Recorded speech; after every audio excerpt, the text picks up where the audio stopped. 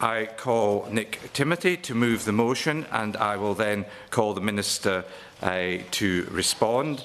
A number of other members, I think it has been agreed, will make short contributions to the debate. Nick Timothy.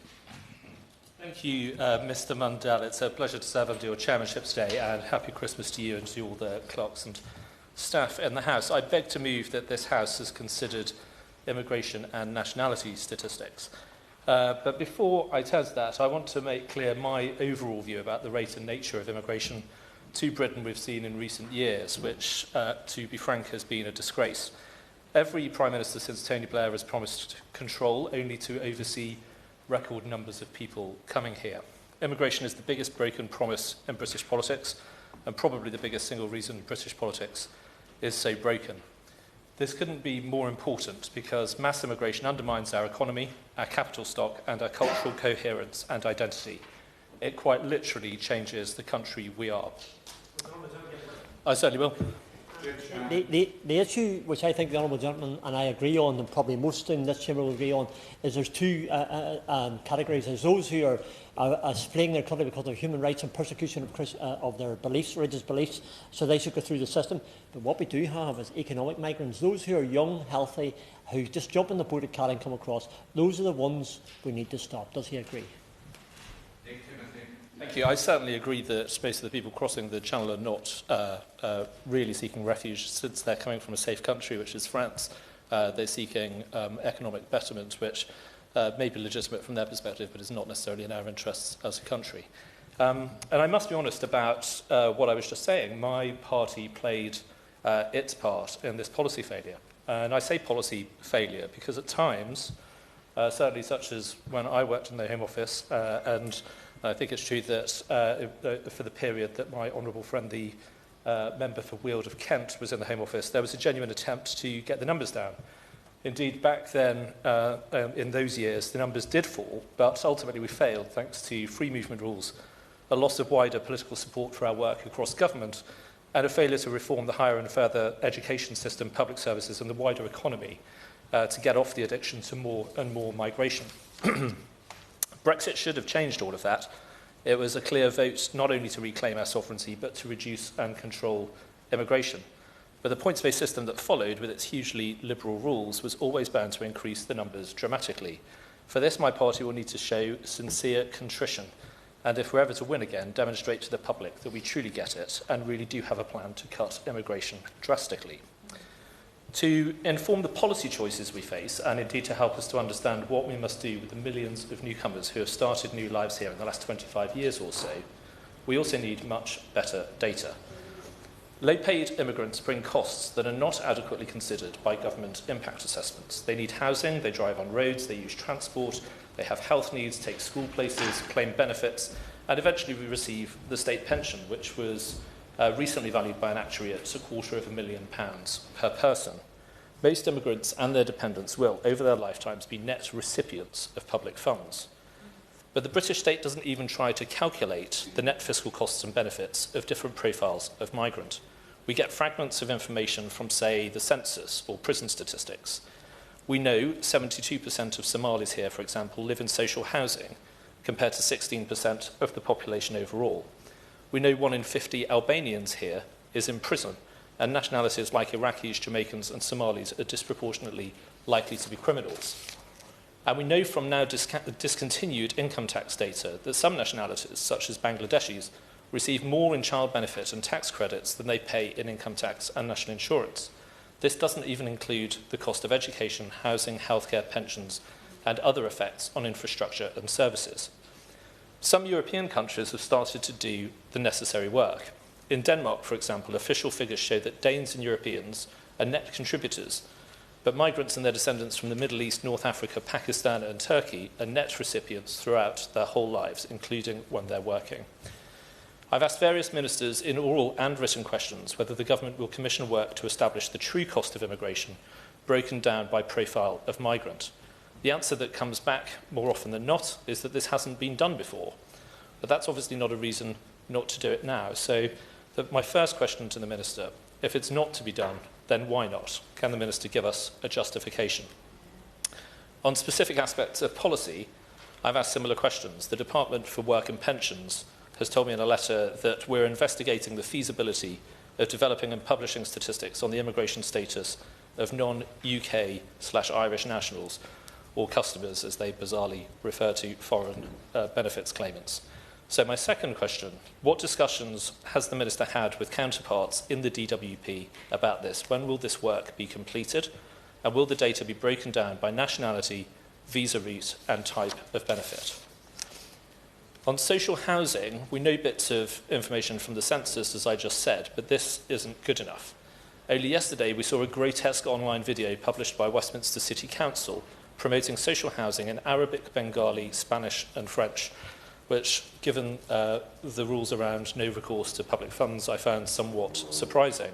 So my third question is, what discussions has the Minister had with counterparts in MHCLG about this? Can we get annual data on social housing occupation by nationality, visa and asylum status? Certainly will. Would he agree with me that some excellent work on this entire issue in relation to data and immigration has been done by our honourable friend from Harborough, Oadby and Wigston, who has been a cheerleader on getting this kind of information that would help us inform a public policy? And would he also share my concerns, as he's talking about social housing, that the Labour government seems to be moving away from some of the provisions we had put in place to prioritise British people for housing? I absolutely endorse that entirely, and I would like to take the moment to pay tribute to our honourable friend for Market Harborough for the excellent work that he's done. And I think he was the first member of this House to really talk about what he calls the data desert when it comes to immigration. On criminal justice policy, the Justice Secretary refused to answer very recently in the Chamber when I asked if the government would publish the nationality, visa and asylum status of all imprisoned offenders. So my fourth question is, why did she refuse to do that? And why can't the Home Office and the Ministry of Justice come together to publish this data? There are many other areas of policy, but I want to turn now to the Home Office in particular.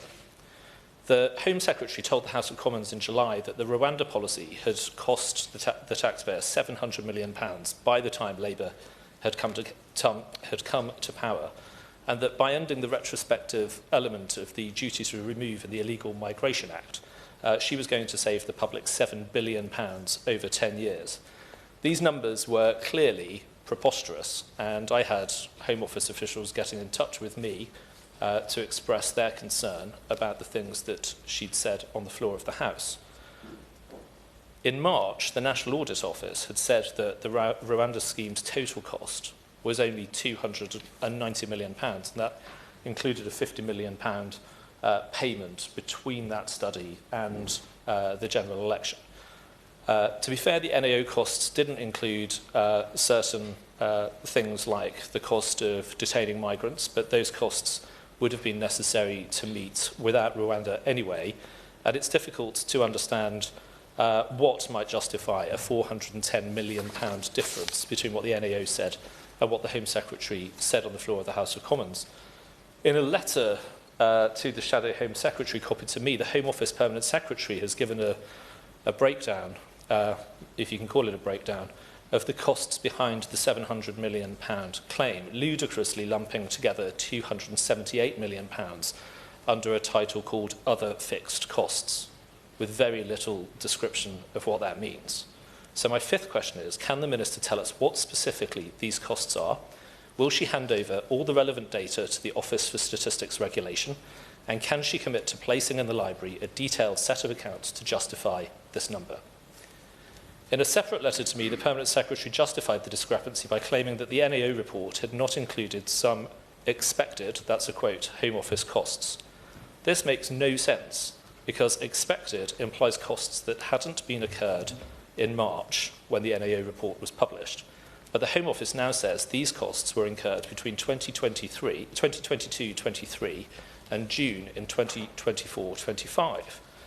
In his letter to me, Sir Matthew said, further detail is contained within the impact assessment that accompanied the retrospection statutory instrument that was laid before Parliament. But again, the impact assessment models costs in the future, not the past. So my sixth question, why, when the Home Secretary said the £700 million had already been spent in July, was her permanent secretary talking about prospective costs in August? Why did he refer to an impact assessment based on future costs, not costs already incurred? And my seventh question, when the Immigration Minister debated this issue with me in Westminster Hall here in September, she promised to write to me to explain these discrepancies. Why did she not do so? And can the Minister tell us why the Home Secretary still hasn't replied to my letter of the 1st of September, despite written answers on the 22nd of October and the 25th of November, promising to do so as soon as possible? And finally, I've asked Home Office and Foreign Office ministers about the secretive deal to bring Sri Lankan asylum seekers from Diego Garcia to Britain, even though the government is under no obligation to do so. Home Office officials are worried that among these migrants are criminals and even child abusers. The Home Office says, this is a quote, migrants with criminal convictions, charges or subject to ongoing investigations were not in scope for relocation. But in a written answer to me, the Immigration Minister refused to say whether the government had sought or obtained the necessary information from the Sri Lankan government. On the 14th of November, the relevant Foreign Office Minister answered my question saying the government, quotes, does not have any information about Sri Lankan migrants' criminality that predates their arrival on the British Indian Ocean territory. And on the 9th of December, the Immigration Minister answered another of my questions saying, quotes, the local UK police force in the area where the Sri Lankan migrants have been located have been informed of their arrival in the UK. That does not sound very reassuring. There are clear discrepancies between what the Home Office has said and what the Foreign Office has said. And the fact that the police have had to be notified about the arrival of these migrants will be very alarming to people who live in those areas, if the public actually knew where these migrants are.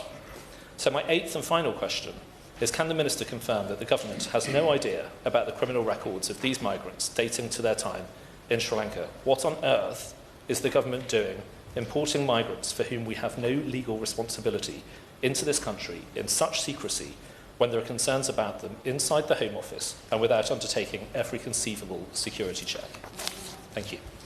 This debate is for a fixed 30-minute period, and therefore I will call each of the three members who have asked to speak, but I will apply a time limit of 3 minutes to their contributions. I call Richard Tice.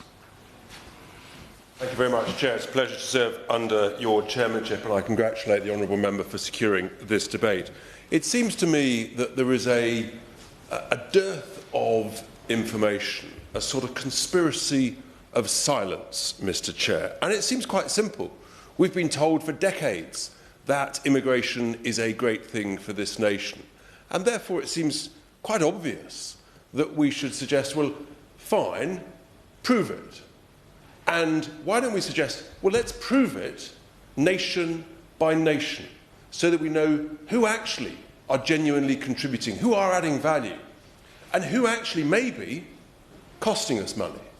So that, again, we can work out how we improve growth, how we ensure that smart immigration works for this country. And therefore, a government that believes in transparency and believes in high-quality data, that we've heard on numerous occasions is the case, it seems to me that they should welcome the opportunity and the suggestion that we need to know who is coming here nation by nation, how much they're contributing, how much they're costing nation by nation, and then, in the unfortunate example where they commit crimes, we need to know nation by nation who is costing us by way of criminals, and why they're not immediately removed. With that quality of data, then we can make judgments and decisions about smart immigration to the benefit of all and to the confidence of all our constituents. Thank you, Mr. Chair. Chris Murray. Thank you, Mr. Mundell. It's a pleasure to serve under your chairship, and I congratulate the honourable member for securing this debate. As I understand, when the honourable member was in the Home Office, the Conservative government had a target of 100,000 net migration a year, and clearly the Conservative government spectacularly failed in that undertaking. So it's fascinating to me that they're keen to draw attention to this issue when it's one of their poorest legacies. There's a couple of points. Yes? I'm entertained by the idea that special advisers are so important that they might be able to control outcomes such as this.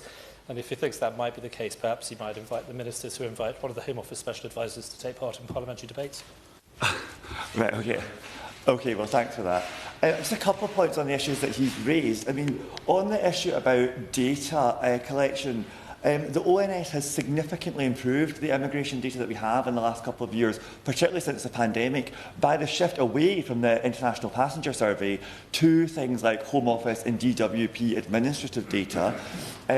Is the Honourable Member aware of the MAC report that came out yesterday that talks about the fiscal contributions and the net impact of those coming through the skilled worker visa, which shows a net positive impact? He raises the issue of other fixed costs in Rwanda, but the Home Office documentation is pretty clear on what this means. It means things like digital, IT, legal costs, staff costs required to operationalise the Rwanda scheme. So this information is all in the public domain. I am perplexed as to why we're having a debate on it. But actually what I think it reflects is the Conservative Party have absolutely failed to understand why they got immigration policy so wrong when they were in government, and why they have failed to address the immigration challenges that we have in the UK. Because this is a focus not on the impact on communities, not on the impact on the economy, but just on numbers overall. For years, the Conservatives focused on a net migration target that they spectacularly failed to meet again and again, and never tried to look at the impact of migration on communities. It's so obvious that migrants are a vast range of different people, and different migrants will have different impacts in the different communities where they settle. There is a huge difference between adding some EU workers to parts of England that have never seen any immigration than there was to some new immigration in the big cities that have a long history and structures of absorbing immigration. We need to understand our communities' experience impact differently.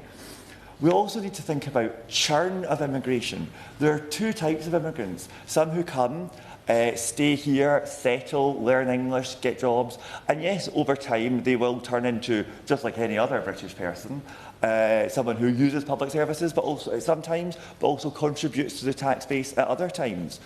But actually we have got a model where we have high levels of churn in the economy, in the immigration system. So people will come, work for a couple of years, leave after they've learned English, after they've got to know how the system works here, and be replaced by new immigrants from overseas. It's not just the number of net migrants in the country, it's the churn and the lack of integration that we see. You know, it's like when you think about what Madeleine Albright, when her family fled the Nazis, they first came to Britain and then went to the US as refugees. And Madeleine Albright said, in Britain, people said, you're welcome here, how long until you leave? Whereas in America, they said, you're welcome here, how long until you become a citizen? We have no discussion about the trajectory we want to see migrants going down and integrating into our communities and contributing. We're stuck in a discussion about numbers and overall statistics that leaves the public utterly cold. And then I'm running out of time, I'm afraid. So yeah, it's fascinating to see the Conservatives have not learned any lessons from the last 15 years of their migration mistakes. I now call Rupert Lowe. Thank you, Mr. Chairman. It's a pleasure to serve under your chairmanship. Put my glasses on. There's a concerted campaign within government to hide vital statistics from the British people regarding the impact of uncontrolled mass immigration, legal and illegal. Let me be abundantly clear, it's a cover-up. Whether it's crimes committed by illegal migrants or a nationality breakdown of those claiming benefits, the British people deserve to know the ugly truth. If there's nothing to hide, show us the data. Information is being concealed from the public on crime, welfare claims, tax contributions, size of illegal population, public service usage, and so much more. Either the Home Office is deliberately hiding the numbers, or the data is genuinely not collected. Both options are equally terrifying. It's either pure incompetence or shocking dishonesty. Sadly, I believe it's the latter. My message to the Home Office is clear. Show us the data and we can make up our own minds. This ongoing cover-up is simply not acceptable. When are we going to get total transparency? Thank you. the Minister to conclude the debate. In these 30-minute debates, there is no opportunity for the member in charge to respond. The Minister's contribution will conclude the debate. Great, thank you. Thank you very much, Mr Mandel. And it is a pleasure to serve under your chairship. And I do want to thank and congratulate the Honourable Member for West Suffolk for securing this important debate. And I also do want to thank colleagues from across the House who have contributed. There has been an important focus today on statistics, and I do welcome that, because this is a government that does believe in making good use of facts and evidence in delivering policy. And various points have been raised. I do hope to come back on, I hope, all the points that were raised, but if I do miss any, then I hope the member will allow me to come back in writing on some of those points. And I do also recognise that my colleague, the Minister for Borders and Asylum, is unable to be here today. Before I do go into my points, Ms Mandel, I do want to make a few marks reflecting on the immigration system that this government did inherit, and the Honourable Member himself did allude to the situation that we did find. And it is worth reflecting on what the latest official figures also show, because I think they shocked us all. Net migration under the previous government grew almost 5 times higher in 4 years and is still 4 times higher than it was before the pandemic, driven heavily by an increase in overseas recruitment. And the Home Secretary and the Prime Minister have both been extremely clear that net migration needs to come down. We are continuing, therefore, with visa controls that we supported and were introduced by the previous government, but we're also clear that much, much more needs to be done to restore order and credibility to the system. And that is why, if I can make some remarks, I know a contribution's also been made, and that is why we are pursuing a new approach to end the over-reliance on international recruitment by ensuring that the immigration and skills and training systems are properly aligned in a way that they have not been previously. Now, further details of our plans to reduce net migration will be set out in the forthcoming white paper, and I'm sure that the Honourable Member will want to contribute and also bring his own experience, which I do respect, in government, and to engage on how we build the solutions that we need and architect that as a new part of how government works, working across the Home Office and skills and our future needs, and on how we ensure that we are also supporting migrants into work, which is part of the role of the DWP also. Now, let me just turn to some of the issues raised in the debate. It is worth also saying that the issue of dangerous small boat crossings has been a phenomenon of the last 5 or 6 years. It has seen an increase of 300 people coming in 2018 to an average of over 36,000 a year in the last 3 years, a 120-fold increase. In a few short years, I don't think we can deny that an entire criminal smuggler industry has been built around boat crossings, and that has been allowed to take hold across the UK border too. And the cost of the asylum system also increased by over 5 times to 5.4 billion last year when compared to 2019-2020.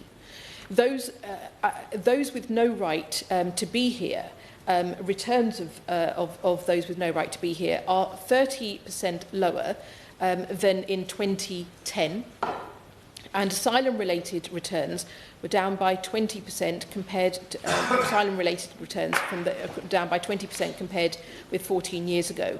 That is a legacy that we did inherit from the previous governments, and one that former ministers have themselves admitted was shameful.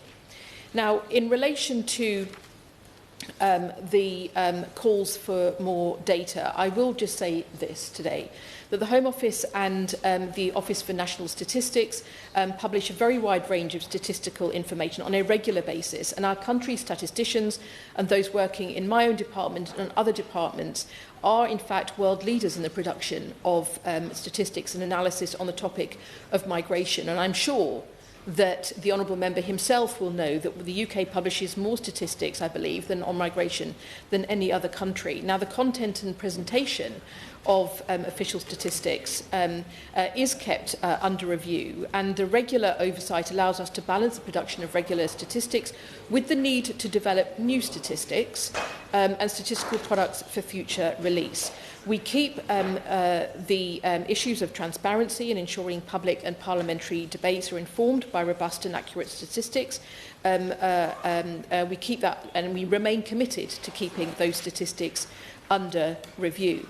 Now, he did raise a few comments on some of his correspondence, and I do think it would be helpful just to raise and refer to some of that with him today. I can assure the honourable member that the Home Office has received his letter of the 1st of September, and they are due to respond in due course. And the breakdown of 700 million in costs, which the honourable member inquired about, have been published on gov.uk. This sets out the costs of the Rwanda Partnership and the Illegal Migration Act, which were inseparable, and the purpose of the IMA was to prevent individuals arriving in the UK from remaining here, and Rwanda was intended to be a vehicle for enabling this. To try and separate them is deliberately misrepresenting the true cost of what was clearly a failed policy. Now, the proposal, he can come back in a moment, the proposal to send asylum applicants to Rwanda was impractical, costly, and would not have worked to reduce irregular migration. We believe in dealing with these issues with common sense, which is the work that we've been undertaking, working to make sure that we've got a new border security command and border security commander working upstream, building new partnerships with other countries, and doing this in order to also disrupt the supply chains of criminal gangs who he knows are undermining our border security and putting lives at risk. And we will continue to spend taxpayer money on real solutions like breaking the business models of those criminal gangs. And in fact, when we made clear the Rwanda partnership would come to an end, we saw, for example, the repurposing of 2 flights provisionally booked for Rwanda, which were used to return a number of individuals to their home countries instead. And I will take his intervention. Timothy, I think that's a given way, and I appreciate that she's been given a hospital pass by the Immigration Minister, who really ought to be the person here, but last time she was here she didn't give a very good account of herself, and has been avoiding writing letters or giving any of the numbers that the opposition has been asking for. But the statement that was obviously pre-prepared, and I understand how these things work, doesn't address any of the questions that I raised in my speech. It's not true that we are world leaders in the collection of statistics as they relate to immigration. But anyway, the questions related not to overall levels of net migration from particular countries or anything like that. The questions related to things like the nationality and immigration status of criminals and imprisoned criminals, or people living in social housing, or people in receipt of benefits. We don't have any information like this, and if you compare us to some European countries, such as Denmark, such as the study in the Netherlands, which shows the average migrant, asylum migrant, costs something like £400,000 net over their lifetimes, we're nowhere. So could you give us a quick answer on that? I thank the honourable member for his intervention, and as I said, we do keep our statistics under review, but he will also know a lot of research on the cost and benefit of migration has been done by the Migration Advisory Committee as well, and their annual report published this week is also another example of the work that they are doing, and with also their capacity expanding to help us address some of the challenges of both of bringing net migration down alongside having a more coherent policy for how we do that across government. Indeed, the recent estimate, the average contribution of skilled workers is also demonstrated in the report. But I will also make this point before I finish, that he will know that the Ministry of Justice does publish data on foreign national offenders in the UK in its official statistics, and he will also know that we have seen an increase, in a 21% increase in foreign criminals being removed from the UK UK compared to the same same period last year, sending a clear message to foreign criminals that if you break the law, you will not be allowed to stay in the UK. But I will just close by saying that I do recognise the importance of the debate and the issues that have been raised today, and that I do thank the honourable member for raising them, and indeed that we will be responding to him in due course. Order, order. I'll allow a few moments for changeover before I call Jess Brown-Fuller for the next debate.